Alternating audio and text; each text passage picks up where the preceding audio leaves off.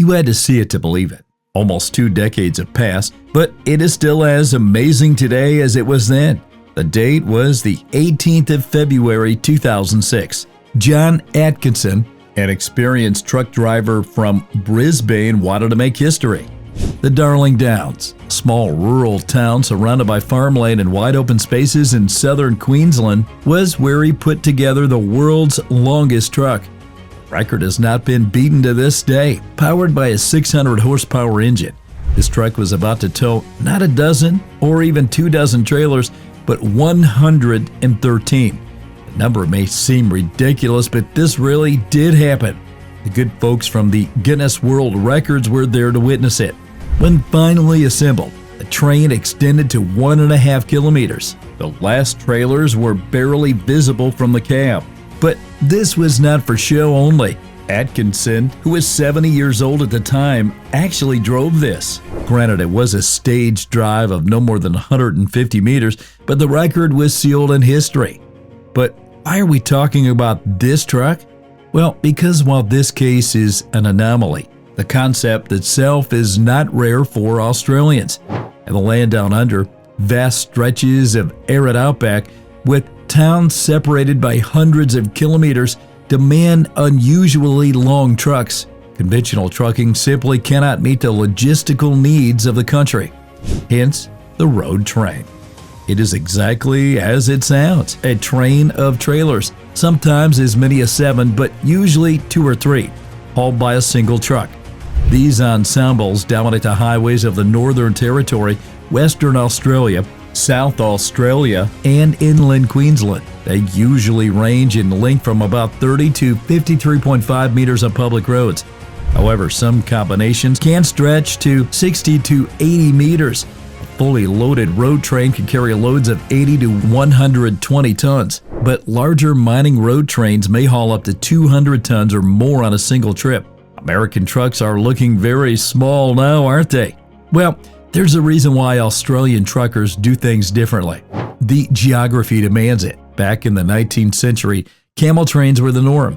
Afghan cameleers arriving from British India in the 1860s used camels to transport wool, supplies, and mail across inhospitable terrain. These camel caravans became vital to outback settlements before the advent of mechanized vehicles. Then came the Second World War. War demanded better logistics. Responding to this need, the Australian Army tested massive military transporters designed by Kurt Johannesson in Alice Springs. These vehicles were adapted from U.S. Army surplus tank hauling trucks. They demonstrated that large convoys of trailers could be hauled by a single prime mover. Thus, the concept of modern road trains was born. Naturally, regulations also evolved to recognize road trains as a necessity. But recognition also came with special considerations. Driving a regular truck is hard enough. Add a bunch of trailers and you've got more weight, length, and momentum than most people would ever deal with. A single mishap and things could go seriously bad, disastrous, deadly.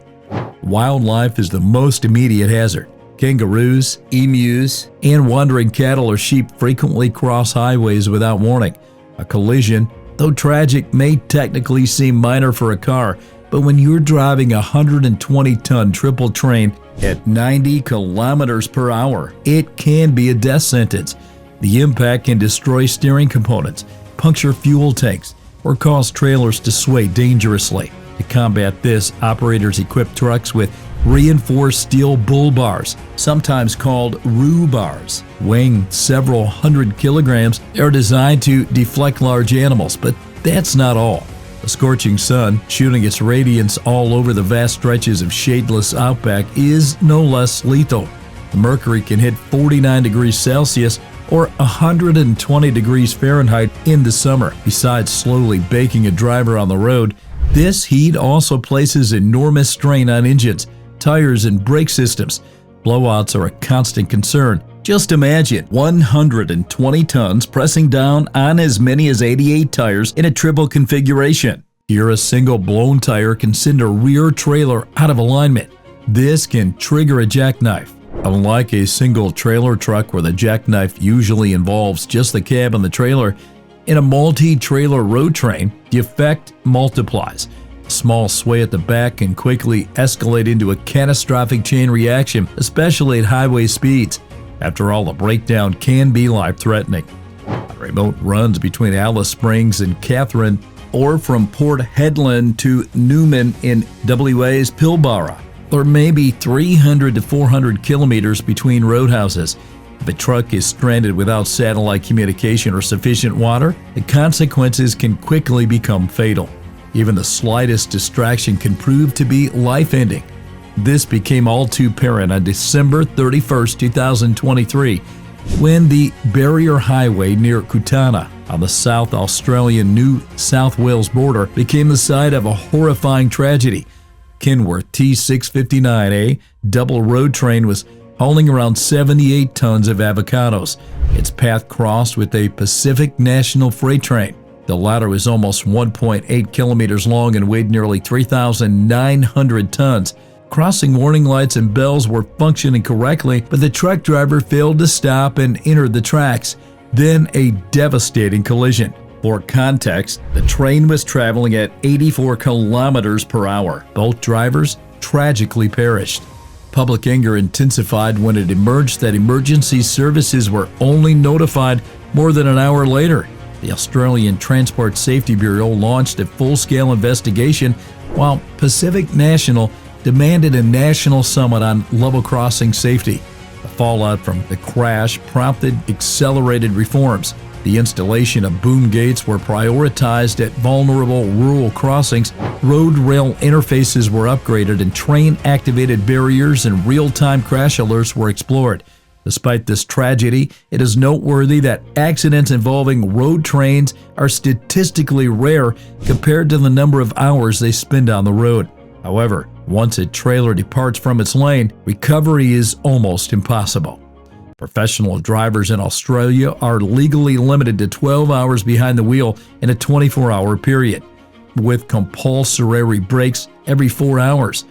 Australia also enforces a chain of responsibility law. This means that if a company dispatcher pressures a driver to continue beyond legal hours, or a maintenance manager releases a truck with faulty brakes, they can face heavy fines and even prison time. Then there are route restrictions. Road trains are banned from entering Australia's largest cities, such as Sydney, Melbourne, and Brisbane, due to the inability to safely maneuver in dense traffic. Instead, designated outback and mining corridors like the Stewart Highway, Barkly Highway, and Great Northern Highway serve as the main arteries for these vehicles. When oversized hauls take place, escort vehicles or pilot cars are mandatory. These vehicles, equipped with signage and flashing lights, drive ahead of and behind the road train to warn oncoming traffic and manage overtaking vehicles. These measures were also used during John Atkinson's famous 2006 Clifton Hall. Then there are speed limits. While passenger vehicles on Northern Territory highways can travel at 110 kilometers per hour, road trains are capped at 90 kilometers per hour. This restriction reduces braking distances and limits the oscillation forces that can destabilize trailers.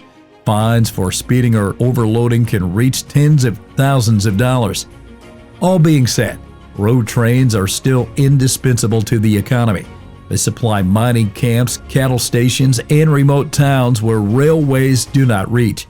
At the heart of these giants are prime movers, the Mack Titan, Kenworth C509, and Western Star 6900, for example, all specifically engineered for multi-trailer hauling under extreme conditions.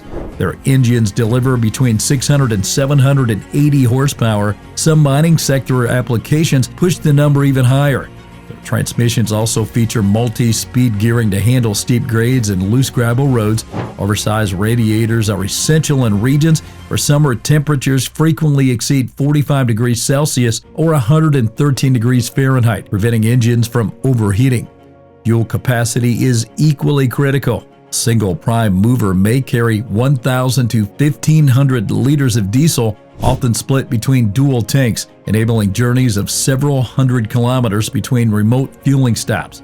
Each trailer is linked through heavy-duty dollies equipped with fifth-wheel couplings, creating trains up to 53.5 meters long and weighing over 120 tons in standard triple-trailer configurations. Safety reinforcements are not negotiable. Comfort is secondary. Unlike American semi-trucks, many Australian road trains feature only minimal living quarters.